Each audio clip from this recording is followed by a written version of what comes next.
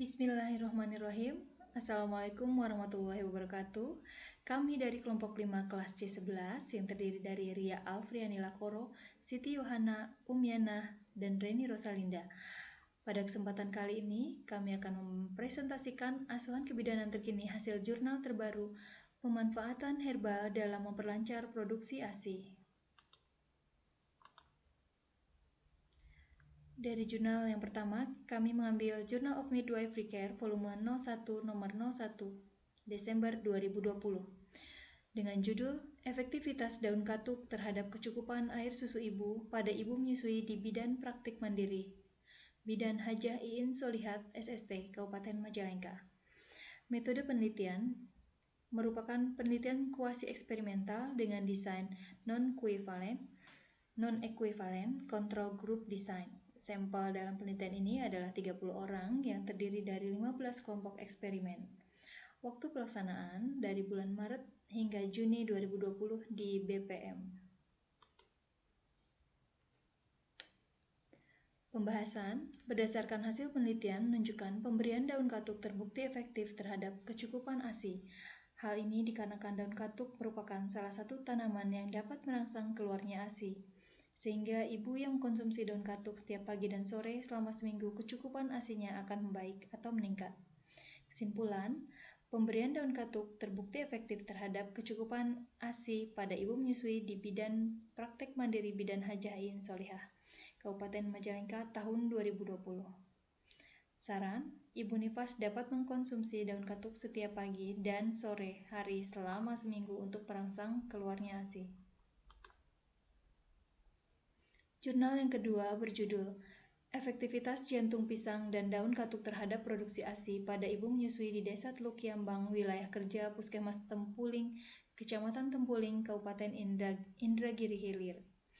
Metode yang digunakan pada penelitian ini adalah kuasi eksperimen dengan jenis rancangan non-probability sampling dan teknik consecutive sampling post-test with control design.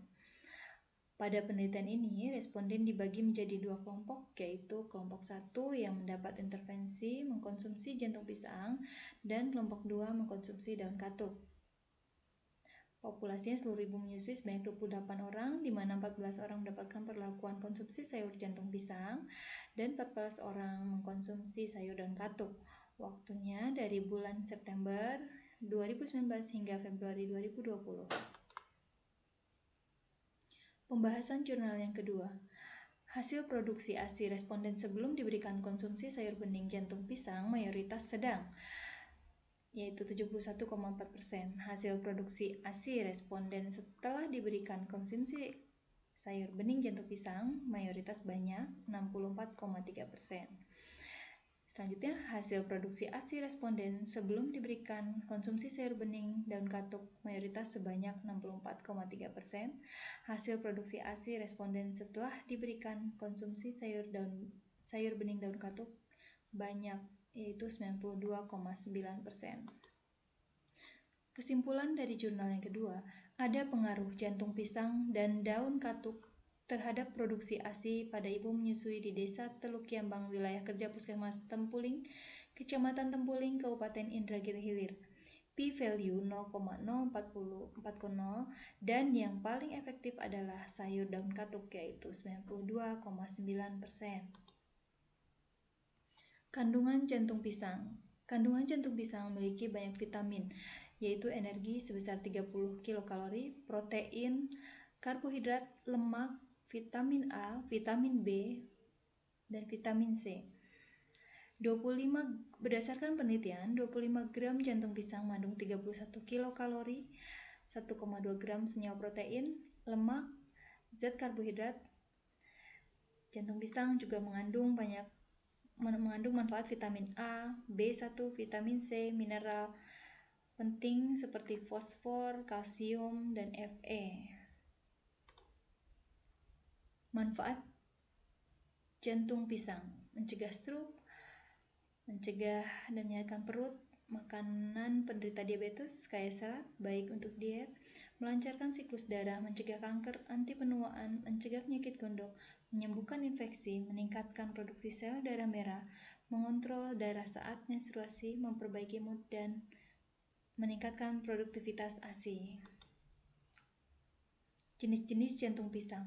Tidak semua jantung pisang bisa dikonsumsi dan tidak semua membantu meningkatkan produksi ASI karena harus didampingi asupan makanan yang lain yang beraneka ragam agar tercukupi zat gizi yang dibutuhkan ibu menyusui sehingga mampu meningkatkan produksi ASI. Berikut adalah jenis pisang yang mampu meningkatkan produksi ASI, di antaranya jantung pisang klutuk, pisang kepok, pisang raja buluh, dan jantung pisang raja siam. Cara pengolahan jantung pisang: kupas kulit jantung pisang, potong jantung pisang, didihkan air lalu masukkan jantung pisang, tambahkan sedikit garam, kemudian masak selama 10 menit. Pastikan air sudah mendidih. Jika air yang digunakan untuk merebus belum mendidih, jantung pisang akan berubah menjadi kehitaman.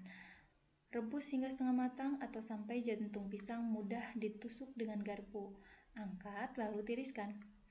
Peras jantung pisang agar air yang mengandung getah dapat terbuang. Tiriskan kemudian potong-potong sesuai selera. Didihkan air 400 ml, masukkan potongan jantung pisang. Jika sudah 5 detik, matikan api dan diberi penyedap sesuai selera. Selanjutnya, daun katuk.